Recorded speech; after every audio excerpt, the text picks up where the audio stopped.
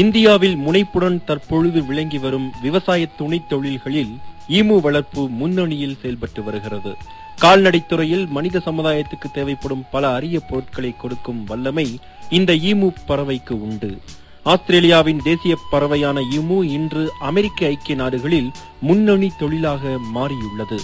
இந்தியாவில் மிக வேகமாக வளர்ந்து வரும் விவசாய துணை தொழில்களில் ஈமு பண்ணை முன்னிலை வகிக்கிறது.